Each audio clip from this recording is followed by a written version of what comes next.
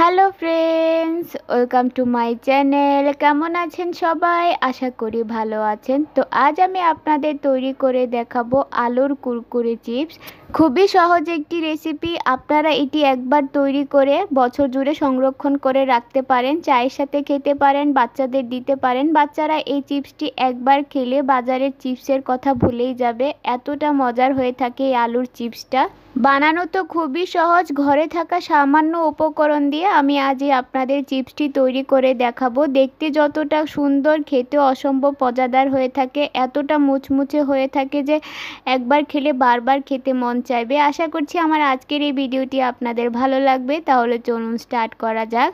তো সবার প্রথমে এখানে আমি নিয়েছি 3টা মিডিয়াম সাইজের আলুর খোসাগুলোকে আমি খুব ভালো করে কেটে নিয়েছি। তারপর এগুলোকে আমি ধুয়ে নিয়েছি, তারপর জলের মধ্যে ভিজিয়ে রেখেছি। যেহেতু আলু কালো হয়ে যায়, তাই অবশ্যই আলুগুলোকে জলের মধ্যে ভিজিয়ে রাখতে হবে।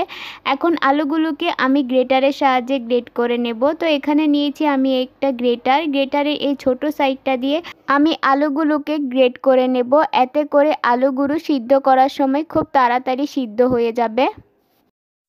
তো দেখুন, আমি 3টা আলুকে খুব সুন্দরভাবে গ্রেট করে নিয়েছি। এখন এর মধ্যে দিয়ে দিব আমি জলটাকে দিয়ে আলুগুলোকে খুব ভালো করে আমি ধুয়ে নেব। তো আলুগুলোকে 2 থেকে 3 বার খুব ভালো করে ধুয়ে নিতে হবে। আলুর উপরে যেই সাদা সাদাগুলো দেখা যাচ্ছে, যতক্ষণ পর্যন্ত এগুলো চলে না যাচ্ছে ততক্ষণ পর্যন্ত এগুলোকে ভালো করে ধুয়ে নিতে হবে। তো আলুটাকে আমি খুব ভালো করে ধুয়ে নিয়েছি। তারপর আলুটাকে জলের মধ্যে ভিজিয়ে রেখেছি। অবশ্যই আলুটাকে এভাবে জলের মধ্যে ভিজিয়ে রাখতে হবে। এখন চুলায় একটি প্যান বসিয়ে তার মধ্যে দিয়ে দিচ্ছি আমি জল। তো এখানে আমি দিয়ে দিচ্ছি 4 কাপ জল। তো জলটা অবশ্যই কোনো কাপে মেপে দেবেন, এতে করে আলুর কুরকুরে চিপসটা খুবই মচমচে তৈরি হবে। এখন এর মধ্যে দিয়ে দিচ্ছি 1 চা চামচ লবণ। এখন লবণটা জলের সাথে ভালো করে নেড়ে চেড়ে মিশিয়ে নিব। তারপর এটাকে হালকা গরম হওয়া পর্যন্ত ওয়েট করব। তো দেখুন, জলটা হালকা গরম হয়ে এসেছে। এখন যে আলুগুলোকে আমি গ্রেট করে রেখেছিলাম, সেই আলুগুলোকে আমি জল ছেঁকে এর মধ্যে দিয়ে দিচ্ছি। তারপর মিডিয়াম আঁচে এটাকে আমি রান্না করে নেব 5 থেকে 6 মিনিটের মতো। এতে করে আলুগুলো খুব ভালোভাবে সিদ্ধ হয়ে যাবে।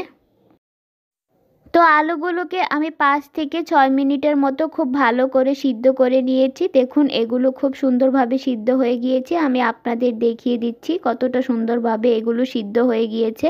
এই পর্যায়ে আমি গ্যাসের ফ্লেমটাকে লো করে দিলাম। তারপর এখানে দিয়ে দিব আমি সুজি। তো যে কাপের মাপে করে আমি জলটা দিয়েছি, সেই কাপের মাপে করে আমি এখানে 1 কাপ সুজি দিয়ে দিব। তার মানে 4 কাপ জলের জন্য 1 কাপ সুজি। এখন সুজিটাকে আমি একটু একটু করে দিব আর খুব ভালো করে মেশাতে থাকবো। সুজিটাকে একেবারে দেওয়া যাবে না, একটু একটু করে দিয়ে মিশিয়ে নিতে হবে। আর খেয়াল রাখতে হবে যেন সুজিটা দলা পেকে না যায়। তো খুব সুন্দরভাবে সুজিটাকে জলের সাথে মিশিয়ে নিতে হবে। দেখুন, আমি খুব সুন্দরভাবে সুজিটাকে জলের সাথে মিশিয়ে নিয়েছি আর সুজিটা খুব সুন্দর করে রান্না করা হয়ে গিয়েছে। এই ডোটা আমার একদম রেডি হয়ে গিয়েছে। এখন এটাকে আমি নামিয়ে নেব। তারপর এটাকে আমি কিছুটা ঠান্ডা করে নেব, পুরোপুরি ঠান্ডা করা যাবে না। তো এই পর্যায়ে আমি এখানে কোনো মশলা ব্যবহার করিনি। আপনারা চাইলে এই পর্যায়ে এখানে মশলা ব্যবহার করতে পারবেন। বিনা মশলা এটা বানালে বছর জুড়ে সংরক্ষণ করা যাবে। তো আমি পরবর্তীতে মশলাটা অ্যাড করে নেব। এখানে নিয়েছি আমি একটা পাইপিং ব্যাগ। আপনাদের কাছে পাইপিং ব্যাগ না থাকলে আপনারা আটার প্যাকেট নয়তো লবণের প্যাকেটের মধ্যে ভরেও এই চিপসটা তৈরি করতে পারেন। তো এই পাইপিং ব্যাগের মুখটাকে আমি কিছুটা মোটা করে কেটে নিয়েছি। এখন একটা গ্লাস নিয়ে নিলাম, তার মধ্যে পাইপিং ব্যাগটাকে আমি খুব সুন্দরভাবে সেট করে দিচ্ছি। এইদিকে আলু আর সুজির যে ডোটা আমি বানিয়ে রেখেছিলাম, সেটা হালকা ঠান্ডা হয়ে গিয়েছে। এখন এখান থেকে আমি কিছুটা ডো এই পাইপিং ব্যাগের মধ্যে নিয়ে নিচ্ছি। তো যতটুকু ডো এর মধ্যে ধরবে আমি ঠিক ততটুকু নিয়ে নিলাম। আর পাইপিং ব্যাগের মুখটাকে একটু মোটা করে কাটতে হবে, ঠিক এই রকম ভাবে। তারপর এখানে নিয়েছি আমি একটা মোটা প্লাস্টিকের কাগজ। এই কাগজের উপর কোনো তেল লাগানোর প্রয়োজন নেই। এখন পাইপিং ব্যাগের সাহায্যে এরকম লম্বা লম্বা করে স্টিক তৈরি করে নিতে হবে।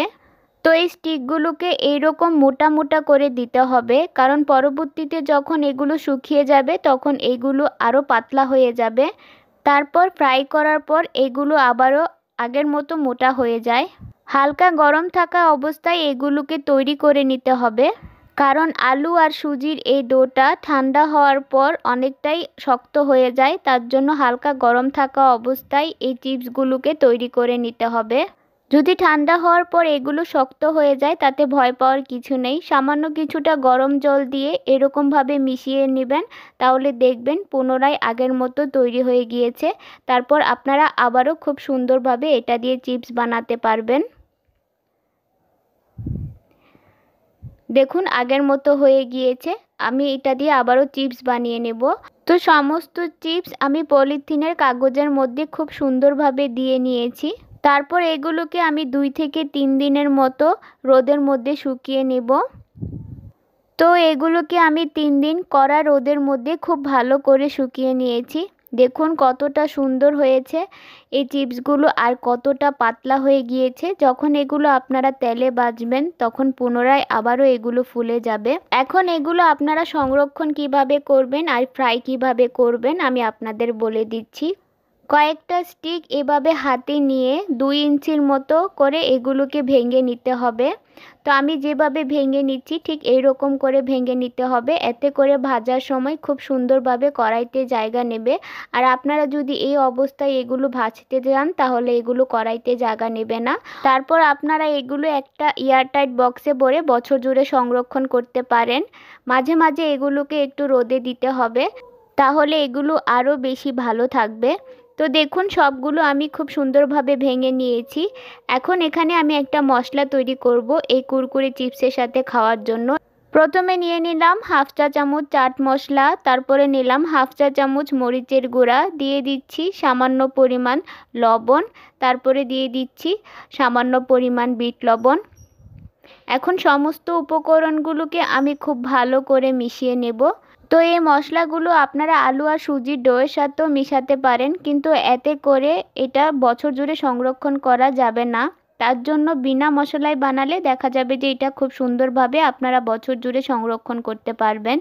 এখন এই চিপসগুলোকে আমি ভেজে নেব। চুলায় একটি কড়াই বসিয়ে তার মধ্যে আমি দিয়ে দিলাম তেল। তেলটাকে খুব ভালো করে গরম করে নিতে হবে। তারপর কিছুটা চিপস এর মধ্যে দিয়ে এভাবে নাড়াচাড়া করতে হবে। কয়েক সেকেন্ডের মধ্যে দেখবেন যে এগুলো খুব সুন্দরভাবে ফুলে যাবে। যখন এগুলো ফুলে যাবে তখন গ্যাসের আঁচটাকে লোতে করে দিয়ে এগুলোকে উল্টে পাল্টে ভেজে নিতে হবে। হাই আঁচে এগুলো ভাজতে গেলে দেখা যাবে যে এগুলো উপর থেকে কালার চলে আসবে আর ভিতর থেকে হতে চাইবে না। তো একটু সময় নিয়ে এগুলোকে ভেজে নিতে হবে। দেখুন খুব সুন্দরভাবে এগুলো ভাজা হয়ে গিয়েছে, কত সুন্দর একটা কালার চলে এসেছে।